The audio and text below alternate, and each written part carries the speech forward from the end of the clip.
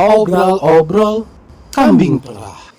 Nah, kemarin itu baru sampai recording untuk ternaknya ya. Iya, sampai ternak. Nah, nanti yang untuk produksinya karena Mas Rido ini mau fokusnya dulu di breeding dulu. Iya. Jadi untuk untuk menambah populasi dulu. Nah, nanti tetap susunya tetap harus di record juga, Mas. Iya, betul. Gitu. Kemarin Mas Rido belum sampai belajar sistem HPT-nya. Iya, belum. Nah, kalau saya lihat di sana itu Di sana. hijauannya Iya, alamnya masih banyak. alamnya masih banyak gitu ya. Jadi tidak seperti di kita. Kalau kita sudah dizonakan gitu. Jadi per blok itu kita tanam apa, berapa banyak. Karena kami ini butuh data hasil panen dan kapan blok ini akan dipanen lagi supaya kita bisa menghitung kebutuhan makan kita dan kedepannya. Iya.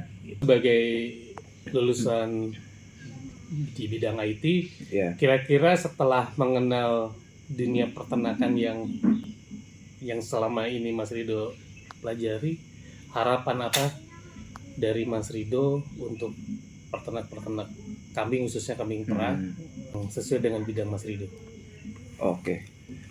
Kalau harapan saya ini kan sudah peternakan yang sudah terdigitalisasi, hitungannya sudah tersistemasi. Memang sebenarnya sistem ini diciptakan sebenarnya untuk mempermudah si peternaknya itu sendiri. Pertama untuk nge-track, untuk menargetkan, untuk membagikan koloni-koloni kepada ternak-ternaknya. Itu sangat memudahkan untuk si peternaknya itu sendiri, itu pertama. Kedua, harapan ya memang harus, saya harap sih semua peternak di Indonesia ini melek terhadap digitalisasi. Jadi bukan sekedar kalau istilahnya pedagang aja yang jualan online shop atau segala macam. Ya peternak pun juga harus mulai masuk ke ranah digitalisasi. Jadi istilahnya bukan industri 4.0 aja nih yang digital, tapi ya peternakan juga harus 4.0. Harus ikut zaman ya? Iya, harus ikut zaman karena ini sangat memudahkan sekali dan juga bisa menaikkan value terhadap bibit-bibit kita karena kan tertrack semuanya dari lahir, bobotnya, dia pakannya apa, produksi susunya apa, udah ini apa, itu sangat bisa menaikkan value. Karena kalau misalkan peternak mau menjual bibit tapi nggak ada silsilahnya apa, itu pasti harganya berbeda sama yang sudah tertrack. Betul ya. Jadi ini sangat peluang sekali untuk mengembangkan peternak-peternak yang ada di Indonesia. Ya mau itu kambing, mau itu sapi, itu sangat bagus lah digitalisasi itu. Jadi saya harap sih semuanya mulai peternak-peternak atau mungkin yang mau memulai bisnis ternak ya mulai memikirkan juga sistemasinya, digitalisasinya, atau kalau misalkan masih kurang paham mau belajar ya bisa mampir ke Morning Sun Dairy. Soalnya saya juga belajar di sini.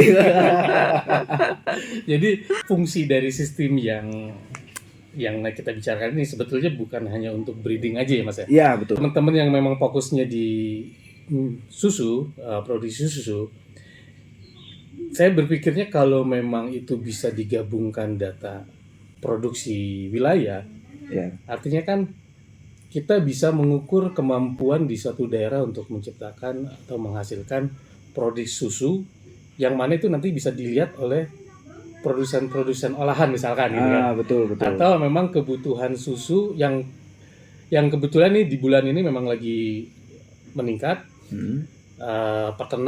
Antar peternak saling membutuhkan nih sekarang nih, gitu kan. Nah, kita bicaranya recording produksi susu di masing-masing peternak dan itu bisa terintegrasi dalam satu database. Di setiap wilayah itu nanti akan punya produksi susu yang bisa dihasilkan dan secara market pun itu bisa dikoordinasikan gitu. Artinya nanti ada hub-hub di mana itu sebagai suplai susu kambing. Dan ini juga akan membantu peternak sebetulnya ketika orang yang membutuhkan susu kambing sebagai kebutuhannya itu akan bisa disinkronkan tuh, bisa akan disinergikan dari mana sumbernya. mungkin contohnya kayak susu sapi ya, Ya, betul. karena sudah dikondisikan dengan sebuah koperasi, jadi peternak hanya beternak, merah, dia kirim ke KPPS, Iya. koperasi, dan dia sudah tidak lagi memikirkan pasar karena serapannya udah Iya. jelas. Nah, beda dengan susu kambing, jadi masing-masing nih, jadi Iya. masing-masing peternak punya pasar sendiri gitu, karena belum ada yang bisa membuat minimal datanya dulu. Ya, betul. Jadi nanti si pengolah susu, ya, produsen susu atau pabrik susu bisa ngelihat, oh daerah sini punya potensi untuk produksi susunya sekian ribu liter, dan itu kan buat kestabilannya pabrik juga tuh. Betul, biasanya betul. kan.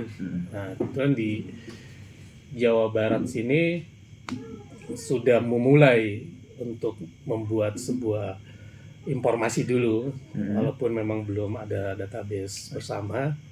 Jadi saling informasi berapa produksi, dan dari 100% produksi peternak itu nanti akan kita bagi dua. Mana yang masuk ke industri, mana yang memang harus masuk ke pasar retail. Karena kan ini dua-duanya peluang juga. Iya, betul. Gitu. Tapi karena sekarang masih masing-masing, Iya. gitu kan, dengan kondisi sekarang peternak saling minta susu gitu, karena kebutuhan pasarnya alhamdulillah lagi tinggi. Nah, kedepannya kalau memang bukan hanya breeding, tapi dari segi produksinya, masing-masing peternak nanti akan punya proyeksi itu, Mas. Ya, betul. Karena dari catatan kapan reproduksi, kapan melahirkan, kan itu nanti bisa terlihat tuh dengan produksi setiap bulannya peningkatannya seperti apa.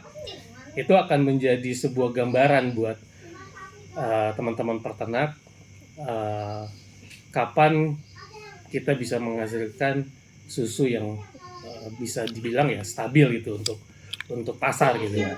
Nah, ya mudah-mudahan diskusi kita ini ada orang yang konsen tertarik buat itu, kita bisa bekerja sama untuk bisa menciptakan apa yang bisa memudahkan buat peternak ke depannya, baik itu pasarnya maupun secara ya budidayanya yang terkait dengan recording gitu, Mas. Ya, baik. Gitu. Sip. Oke. Loh, ada jempol. Oke, teman-teman Morning Sun, sekian hasil ya bincang-bincang kita yang menarik. Ini karena ini ada pemagang yang memang kriterianya beda, biasanya mahasiswa atau peternak nih. Kali ini memang backgroundnya, kebetulan saya juga senang dengan bidang IT, jadi ya asik lah kalau ngobrolin. Iya. Oke, makasih Mas Rido. Terima kasih banyak. Makasih. Pak Heru. Oke, teman-teman Morisan, sekian perbincangan kami, dan saksikan terus video-video Morisan yang lainnya, dan salam. Obrol-obrol kambing perah.